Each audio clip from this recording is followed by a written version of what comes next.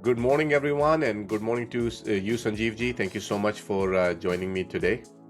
So last week we recorded a segment, where people were asking us all kind of tax questions, and I think we should continue that trend because this is a great format to get those answers out to people. So a lot of people reached out to me with some additional questions, so I'm going to go ahead and ask those to you today.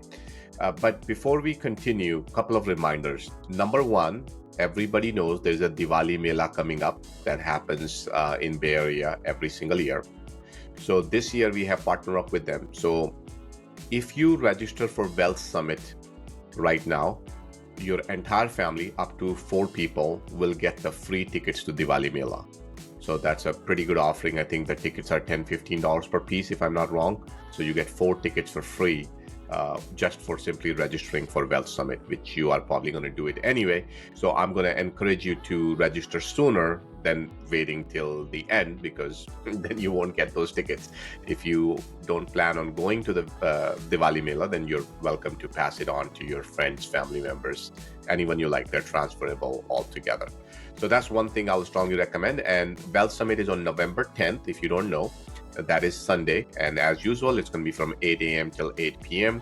We have an excellent lineup. And this year is an election year, so it's going to be very interesting because we have 2 candidates who have an exact opposite tax policies. One wants to reduce the capital gain for businesses. Another one wants to increase the capital gain for businesses. One candidate wants to give free money for people who wants to buy houses, and other candidate wants to reduce taxes. So it's going to be interesting mix of things. We'll see which way it will go. So you'll get to know more about that at the Wealth Summit this year. So let's get started, Sanjeev ji. So my first question for you today, it's from a candidate who is into real estate. So this is an interesting one. I know you love real estate questions. So I have owned a duplex for the last 30 years and have fully depreciated it. So, I mean, if you own duplex for 30 years, you must be making a lot of good money out of it at this point. They don't tell me which state it is in, but I'm gonna assume that it is somewhere in California.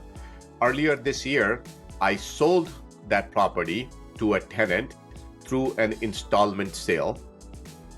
Over the next 20 years, I will receive monthly payments with lump sum at the end.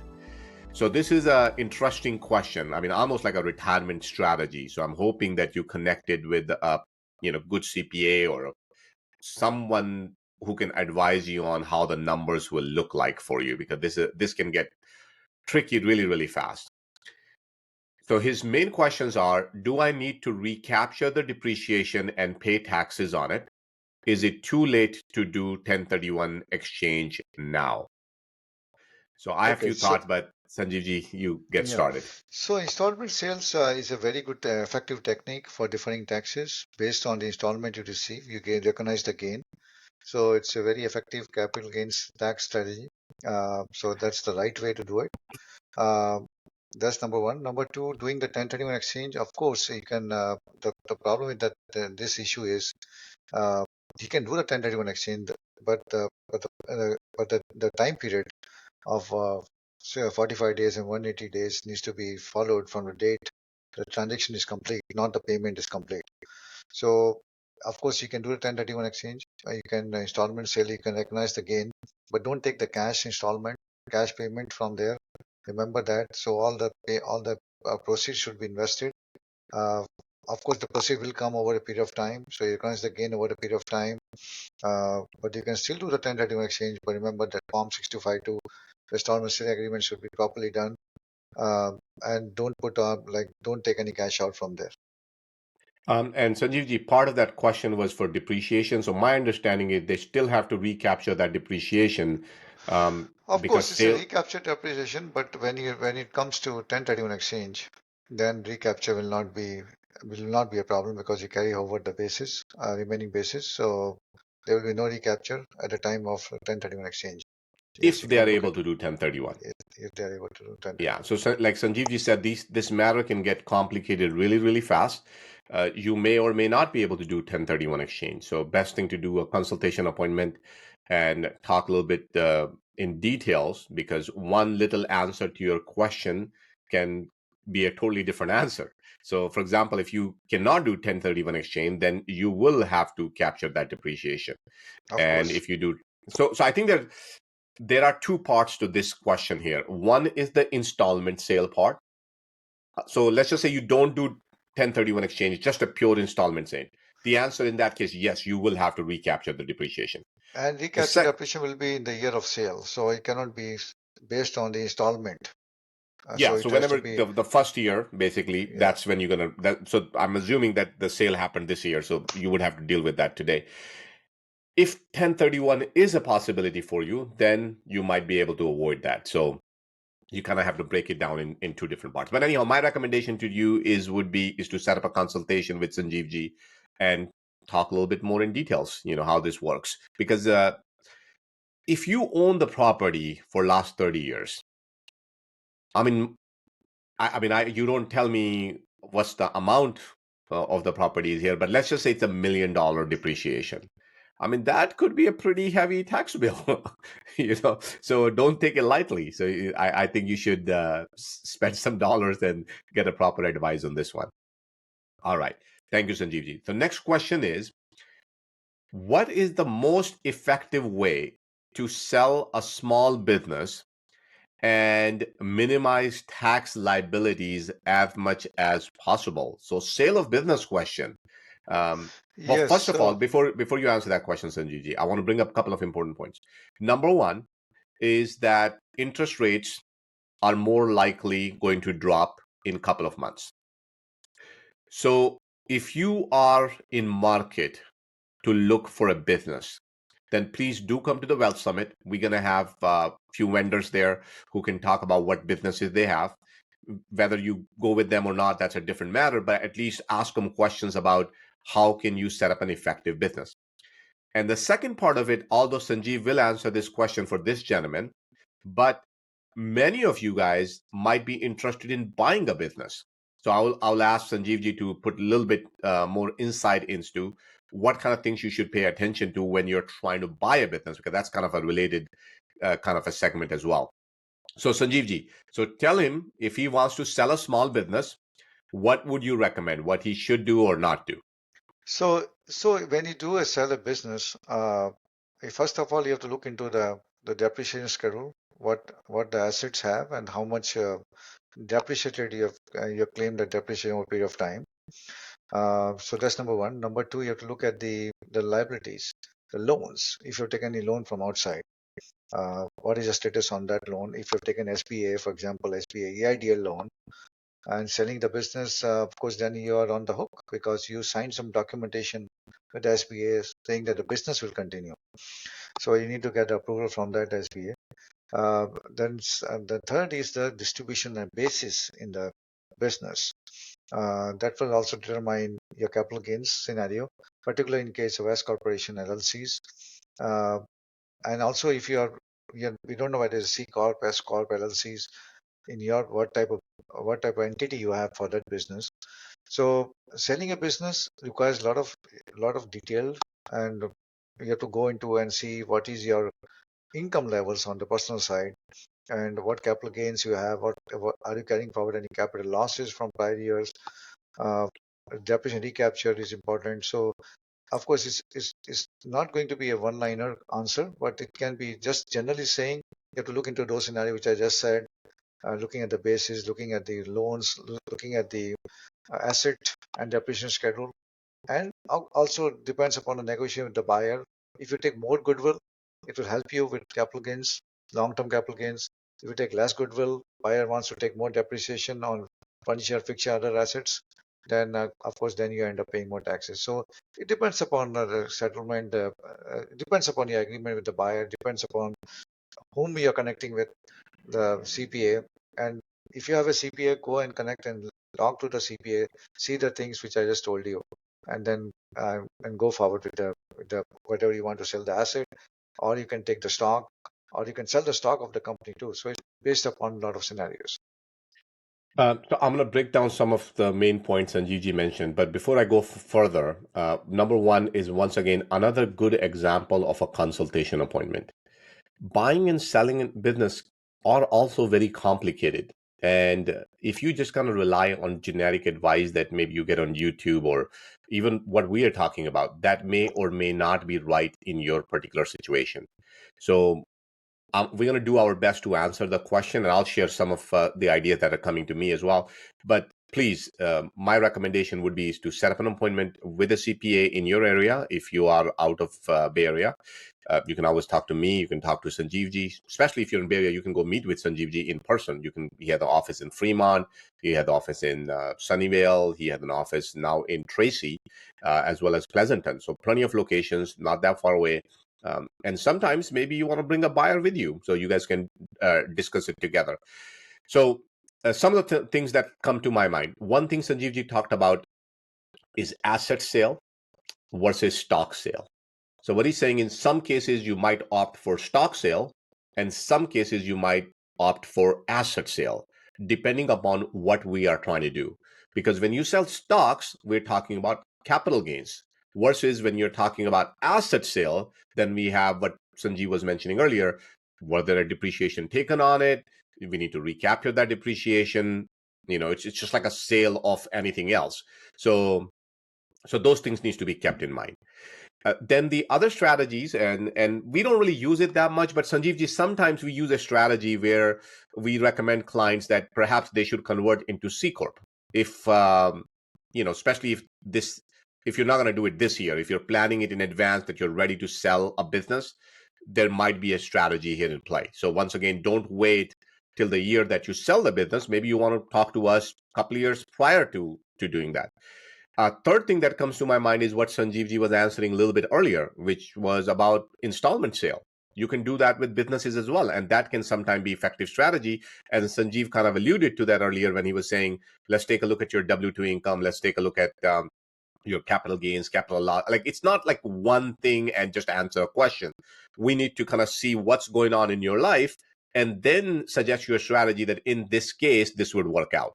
Because if I just say, hey, let's do a stock sale, that may or may not be right, or an asset sale, that may or may not be right. And lastly, the another strategy that comes to my mind, especially your question is related to how do you, reduce the taxes as much as possible, is charitable contribution. I mean, I don't know if your plan is to buy a new business or you're retiring or what your long terms are. Sometimes we talk about charitable remainder trust. Sometimes we talk about donor advice fund. So there are a lot of other strategies that we can consider as well to reduce your taxes there. But Sanjeev ji has provided. I mean, he has so many clients who are high income individuals, and he have been helping them for over 20 years. So you won't be disappointed when you come talk to him about this. And once again, that brings me to another point. If you are thinking about doing this, then every year on Wealth Summit, Sanjeev spends almost maybe 30 minutes to an hour talking about this subject matter. How can small business owners reduce their taxes? So, if nothing else, come to the Wealth Summit. If you're not ready to do a consultation, you're not sure, you're not ready to make that deal, come to the Wealth Summit and get all the knowledge for free. And more importantly, at the end of the Wealth Summit, by the way, Sanjeev puts aside almost 2 hours to answer the questions. So you can always, talk to him right there, right then. Yes, So Deepak. Yeah, one more thing before I. So when we do the selling the business, the allocation of the price is very important. So like I said, how much you're allocating to goodwill, how much you're allocating to uh, fixed assets, how much to leasing or improvement, how much to inventory, how much to other lease, like the liquor, like if you're having a liquor business or ABC licensing requirement. So that is also important criteria to determine your taxability. So it's a, and remember, there is no 1031 exchange for business. Only 1031 is only for the estate, not for the business. yeah, do you still get some people go like, hey, I want to sell my business and do 1031 exchange on it? Yeah, because earlier it was there before the Tax Cuts and Jobs Act. Earlier it was there, but uh, now you cannot do the 1031 exchange. And that brings up another good point, Sanjeev ji. Maybe you want to tell people a little bit about that. And I think that's why the Wealth Summit is so important this year. A lot of provisions in tax cuts will be expiring. Right. and they will have a major impact on your tax situation. So maybe Sanjeevji put a little bit spin on that, what you plan on covering in Wealth Summit about those kind of matters. Yes, there are tax breaks which are like qualified opportunity funds is a very important provision that is going to expire in 2026, starting 2026. But depends upon who gets elected. Of course, if a Democrat gets elected, they may or may not extend. Of course, if a Republican gets elected, uh, of course that's the whole thing about what he brought in Tax Cuts and Jobs Act. He will extend it. So that's one provision of the. And then we have bonus depreciation. We have a lot of other tax breaks. We are going to cover that in our Wealth Summit. But again, it all depends upon who gets elected next year. And like you rightly said in the beginning of this, like one party is saying something, one candidate is saying something. Of course, they are saying something. Doesn't mean it will be implemented because if the Congress is divided house. It's very difficult to get things passed in both the houses. So what they say may not be implemented in paper. Yeah, so what I think what Sanjeevji is saying is don't necessarily vote based on what you think their tax policies will be, because Right. they may or may not get implemented. Correct, Sanjeevji? Of course, like for example, Donald Trump, ex-president, he's saying the Social Security, he doesn't want to, he wants to, don't want any taxes on Social Security. That is not possible at all. He can lower it, he can do a temporary temporary relief, but he cannot just say, I will just, and what about the IRS, tax audits and other things? So again, the Democrat side, Kamala Harris saying about uh, doing more benefits for middle class, giving more, increasing the child tax credit. Like instead of 6,000, 3,000, now it wants to raise to 12,000, doubling up the standard deduction.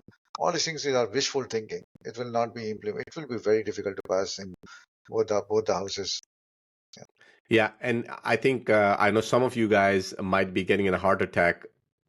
What just Sanjeev said, the taxes on Social Security. I know that's a very hot topic for people, so I want to clarify before you start getting worried. So, Social Security is usually not taxed. Usually not taxed. However, if you have income above certain threshold, then there are some calculations where your Social Security can be taxed up to 85%. That's the current provisions. Okay, so don't panic. Nobody's taxing your Social Security tomorrow. Only if you have additional income, that's when those calculations come into play. Yeah. So the one clarification rightly pointed out, but again, what I'm talking about is the Social Security on the W-2 income. So the Social Security tax on that W-2 income, that's what he's looking to waive it because he tried in the COVID year. Remember the 2 year extension was given. There will be no Social Security tax on W-2 income, or they spread it over a period of 3 years. But then this is not going. This is what it is happening. So as everyone knows, as you're increasing your Social Security base, uh, you pay. You will be paying more taxes. So that's the thing. So one has to be, again, like I said, people say things. They against it's a political gimmicks. How they will be implemented will be a big question.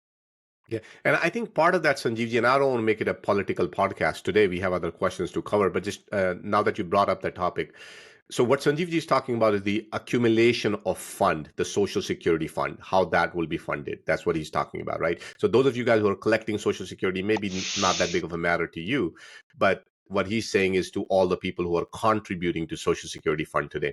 You can look at other countries, for example, Norway. Norway, the Social Security fund is equal to almost $200,000 per citizen right now. Versus, I think US, the last time I checked, was close to $9,000 per citizen. So you can kind of do the comparison. I mean, we are considered one of the best countries out there, but here we have with Norway. And I think part of that is because of the way our system is. Um, so I think it will require a big overhaul if we want to even touch Social Security. It's not a simple one. But anyhow, like Sanjeevji rightly said, don't make your voting decisions based on what candidates say about tax policies, because that may or may not happen. We have seen that over and over again. I think you should look at the candidate overall with all the other policies and make your decision based on that. Okay, Next question, Sanjeev ji, is about real estate professional. And I think this is going to be a big one at the Wealth Summit. Sanjeev spends almost an hour talking about real estate because our community is so big in investing in real estate.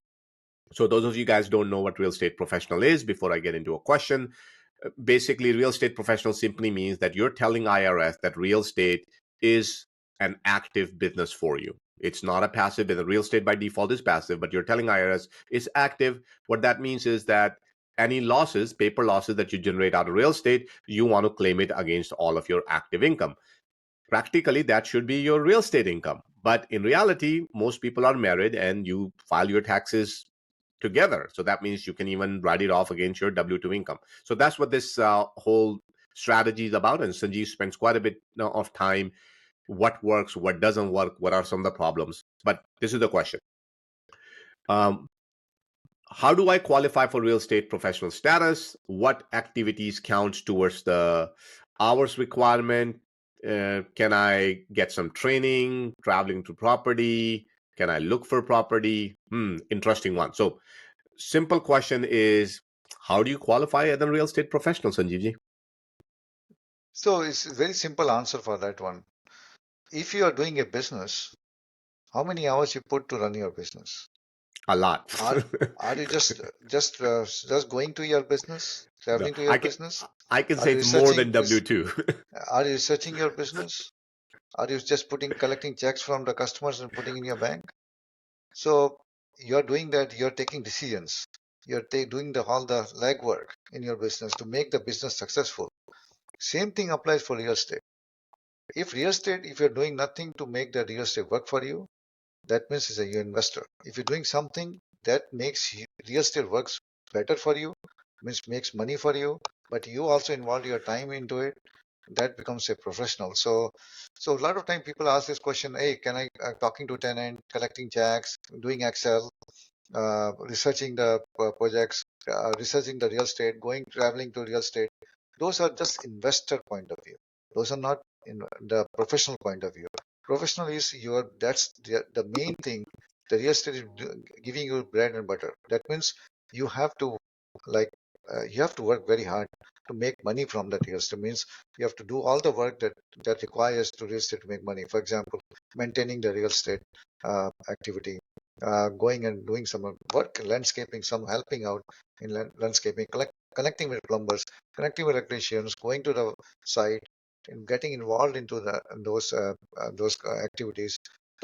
Not talking to tenant, going and talking and like having uh, a, a proper system of where you can show that you're really involved into managing some like looking for tenants is right, but uh, but how you're looking for tenant? Is it first time you're looking for tenant, or consistently you're putting the real estate on the website, like trying to advertise your real estate for and putting efforts and showing the email chain, or like how you're contract connecting with different agents, showing up your home, staging your home. So all those activities are real estate professionals. And remember, there is short-term rental and there is long-term rental requirements. The hours are different for short-term versus long-term. Hours for short-term is 100 hours, but can go up to 500 hours. But for short-term rentals, they are defined it clearly 750 hours. One third of your total time, they want you to invest in real estate. And if you work on W2, if you're doing other businesses, it's very difficult. And you don't become a real estate professional buying property outside your state. That's not allowed. If you buy real estate outside your state, how can you prove that you're involved into managing that actively? Unless you really are into that real estate business full time. That's a different story. Well, one possibility I can think of, Sanjeev, is that somebody already had the property in that state, and maybe they have additional property somewhere else. So, what Sanjeev is saying is that you need to really prove that you're engaged in business, and if it's far Yeah, away, so then it's in hard to case you prove. have a state, if you have a once property in one state and multiple property in different state, or multiple property in one state and the one or two property in different state, of course you can do a grouping election. But then yes, but then it also depends in that state where the property are located. For example, in California, you have one property in Fremont, one property you might have in San Diego. So again, it's the same state. So it depends upon, is it commutable distance, how you're managing it. That's the very important, not investing it, researching it. That's not going to make you a real estate professional. Yeah. So let me summarize what Sanjeevji said here for everyone real quick. Number one, the main one here is the hours requirement. That was the question. And like Sanjeevji said, basically 750 is the bare minimum work. And the more the better. But you want to put 750 hours bare minimum. You want to track your hours. And another question, I think part of the question you asked was, trailing, traveling, searching for properties. Those kind of activities do not count. So if you're saying you're spending 700 hours doing that stuff, that's irrelevant. IRS doesn't care about that. They care about you running the business. They don't care about your training. They know that it's a real estate is not like any other business. For example, if Sanjeev wants to go and become an attorney tomorrow, because he loves attorneys so much. If he wants to become an attorney tomorrow and he goes to a law school, more than likely he can write that off because that will help him grow his business. But if you go try to take a real estate course, that's going to be very tough for you to count towards your hours. It's a whole different kind of a business here. So yeah, don't spend time on that. 750 hours. What you're looking for is activities like management of your property, brokerage, construction, development, those kind of things. All right. This one is another question is Sanjeevji for cost segregation. So the question here is, can I do cost segregation on international properties? Okay. So the thing is, if you're taking the international property as a rental income and showing on Schedule E, uh, of course, you can, again, the cost segregation, with whom you are doing the cost segregation studies. What are those qualifications of those people? How will you quantify that? How will you qualify that person doing cost segregation on the international properties? Of course, if you can have those standards set up and they have proper certifications and everything, of course you can do the cost segregation. But then the question that comes up with IRS is going to whether IRS accept that cost segregation study. That's why it's important that in case of international property, don't do the cost segregation. A lot of things will not be met as per IRS standards. And then the other thing that the IRS do look into is who is like if they are able to audit those people who provide that cost segregation study. So so that will not be possible for people, the engineering experts, the specialists which are based here in US to go and do look at the property international. So I will suggest not to do cost segregation for international properties. So Sanjeev, this is a classic example of why somebody needs to get a proper consultation done. Because I mean, I spend a lot of time reading bulletins and paperwork, and that's how I come up with a lot of content, all the things we talk about. Nowhere I have read that you cannot do cost segregation study on international properties, because as far as I'm concerned, legally you can. There is no law you cannot do it. I mean, it's still an investment property, and you're welcome to do that. But you need to really understand that how are you going to protect yourself in case of audit, and you need to understand if that cost segregation study is worth it. And Sanjeevji kind of made it easy for you. You might, because what happens is if IRS challenges that cost segregation study, and they won't challenge it on month one or month two, they will probably challenge it 2 years down the road, 3 years down the road. Now, let's say you wrote off $100,000 or $200,000 of your depreciation. I'm just going to make a rough guess. Let's say you're in 30% tax bracket. That means $60,000 tax benefit you took on that particular study. Now, if IRS audits you 2 years, 3 years down the road, they're going to ask you to pay back that $60,000.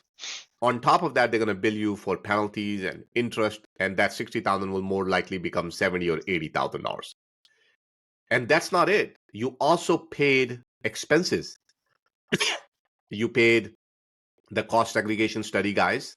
You paid whoever filed the taxes for you. And then obviously you spend a lot of time and effort into it. You put all that up, you're talking about maybe $80,000, $90,000 loss, which could have been easily avoided had you done proper consultation in advance to understand this very simple rule that, hey, doing cost segregation internationally is possible, but it's extremely risky.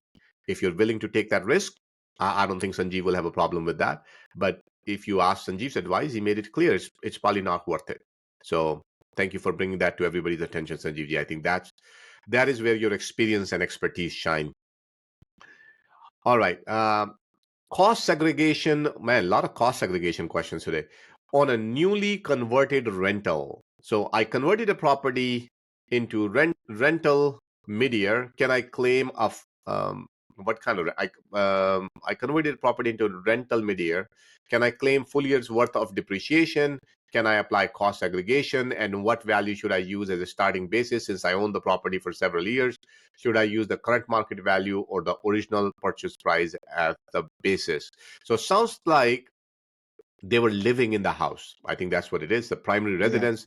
And now they want to convert, although they don't specify if they are doing the long-term conversion or a short-term conversion. Because let's say if it's a long-term conversion, you're not really going to get much benefit out of cost segregation anyway. So I will make another assumption here, Sanjeevji, is that they're doing short-term rental. That's what they're looking to do. All right. Having that said, let's make those two assumptions. And based on that, answer the question. Can I claim full year's worth of depreciation even though I'm converting mid-year? Yes. So see, depreciation follows certain methods, and one of the method is mid-year convention method. So since you have not used the home for the full year on a rental basis, uh, I assume that we are assuming that primary home is converted to rental. So definitely you cannot use the full year depreciation, because if you go to the schedules, we save date on when it is first rented. So you have to put the date, and that from that day onwards, the depreciation is worked out, is calculated from that day onwards. So you will not be able to claim the full depreciation. Now coming to the cost segregation study of this, if you're doing improvements, uh, then definitely you can do you can do cost seg on the improvements. But then you have to also understand if it like is in case if it's a short-term rental, like we are assuming it, it may work. But again, the 100 to 500 hours requirements are there, and there's other standards are there for when it comes to short-term rentals. So it depends, really depends whether cost seg works in your favor or not. But in case of claiming depreciation for the full year, it's not allowed. You can only claim from the depreciation from date you start renting it out. Uh, and just to, I think Sanjeevji briefly covered it, but I want to clarify for you is that the adjusted basis of the property will be your original purchase price plus any improvements that you have done or you're doing at this point. And another thing what Sanjeevji mentioned here about the cost segregation, even if you're doing short-term rental, um, you need to understand that this year the accelerated depreciation is only 60%. It might become 100%, but it's only 60%. And since it's only um, you're just converting the property, it's an older property, I don't know, there's a lot of math needs to be done here before you decide to do that. So once again, my recommendation still be to come meet with Sanjeevji with all the numbers and let's run them together. All right. Okay, man, I like all bunch of questions on cost seg. I want to find something other than cost seg. Um, looks like a lot of real estate. And oh, you know what, Sanjeevji, we have a webinar coming up on this stuff, right? On real estate, Right. correct? So September next 14th. month, September 14th. Yeah, we are doing on yeah. September 14th. So we can answer all those questions on the September 14th Yeah, webinar. so there'll Yeah. be live webinar where Sanjeev will go into detail with all of these real estate. It's a perfect timing. So all of these questions will be answered in great detail. He might not even have to answer because you would better understand the topics itself, and then we can dig a little bit deeper. Okay, so I'm going to try to take on one more question that is outside of this real estate stuff, but sort of related. Okay, it's about hiring kids. So we talk about that at the Wealth Summit, how hiring kids can be a very effective strategy for many of you guys, but you have to be careful before you implement it. So this is someone who already manages a short-term rental property. I want to pay my 17-year-old child for some work they have done. The property is on Airbnb at a fair rate. Can I just issue them a check each month based on logged hours, or is it necessary to use a payroll company? I don't have any other employees. If I don't use a payroll company, how do I issue them a W-2 form? Now, before you answer that question, Sanjeevji, number one, we are a full service tax firm. So we do the payrolls, we do the accounting, we do your bookkeeping, we do your taxes, we do your consultation. Anything related to taxes, we got you covered. So you don't have to go look for a third party. And that itself brings you a lot of benefits because we can do everything in-house. All right. So before we continue. So the question here, Sanjeevji, they want to hire their child. Good strategy. Love it so far. Now, the problem I have is they're talking about W-2 employee and a 17-year-old. So some interesting stuff going on. So I'll let you explain that to people. Yes, so there are either a lot of rules regarding classification of a worker because the worker can be kid, can be anyone. Classification worker as a 1099. There are several rules. There are 7 rules, and in addition to 7 rules, there are sub rules inside that one. So classifying a person as a 1099 is very difficult nowadays. Coming and talking about the kids which are dependent on you because you're claiming them as a dependent. You don't have insurance for them. They are not professionally qualified to do work on their own, and they cannot raise invoices for the work they do. You're paying them based on the log hours, logging the hours they log in. It's better for you to do the payroll because classifying them as an independent person will not work for 17-year-old. All right. So there you go. And like I said, if you need help with that, you can definitely reach out to our office. Phone number is 510-825-7563 or just go to www.sanjeevcpa.com and you can book an appointment directly from there.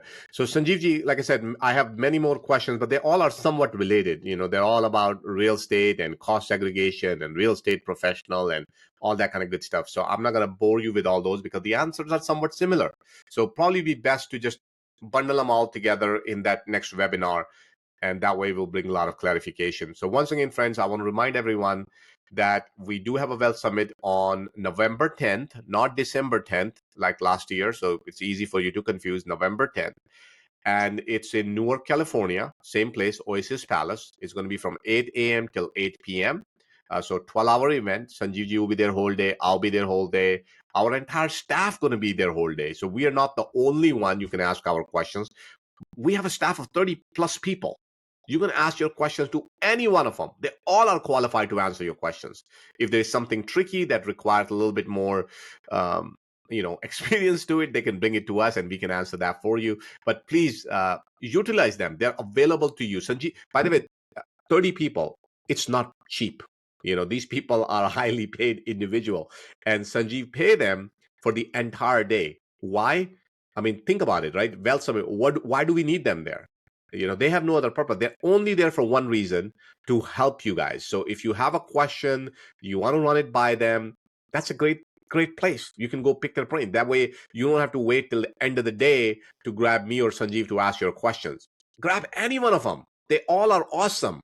I mean, honestly speaking, they do my taxes. So I'll tell you, they are wonderful. They are capable to answer your questions. So please do not hesitate to ask them your questions. They'll be happy to answer that for you. And Sanjeev ji will be there whole day as well. So if you want to ask him, he will be there. Obviously, I'm going to be there as well. In the meanwhile, if you have a question you want me to ask Sanjeev ji on our next discussion call, send it to me. You have my WhatsApp. Just reach out to me and let me know that you want me to ask Sanjeevji that question, and I'll get that clarified from you. And before I go, I want to remind again, if you book your tickets right now, you get 4 tickets to the Diwali Mela for absolutely free. If I'm not wrong, again, I'm not a promoter of Diwali Mela, so I don't know what the tickets are, but my understanding is they're usually 10 to 15 bucks. So you get 4 of those for absolutely free if you register for Wealth Summit right now. Okay. So that's it for me today, Sanjeevji. Thank you so much for spending your hour with me. I think we covered a lot of great questions, and we'll continue doing this. I think this is fun. We get to help out as many people as possible.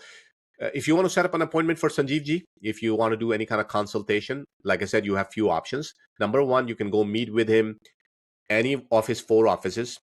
So he do visit them. So it's not like he's stranger to them. They're not, they are remote, but he goes there. Just call the office and say, hey, I want to meet with Sanjeevji in Sunnyvale or Pleasanton, and they'll let you know what days are best for you. But that's not it. You know, no matter where you are in the country or for that matter, international. If you want to talk to Sanjeevji, you can use technology, and there's no charge to use technology. It's you can set up a meeting with him on Zoom, and have that discussion, get those questions answered. If you are out of country, you want to set up a business in US, you're selling a business in US, you want somebody to really manage your business here financially, Sanjeev is your guy. I mean, trust me, I've been working with him for 20 years. He's probably the best you can find in Bay Area. So don't hesitate. Call 510-825-7563 or go to sanjeevcpa.com and set up an appointment that way. Okay. So once again, Sanjeevji, thank you so much. And I look forward to talking to you in our next podcast. Thank you. Thank you, Deepak.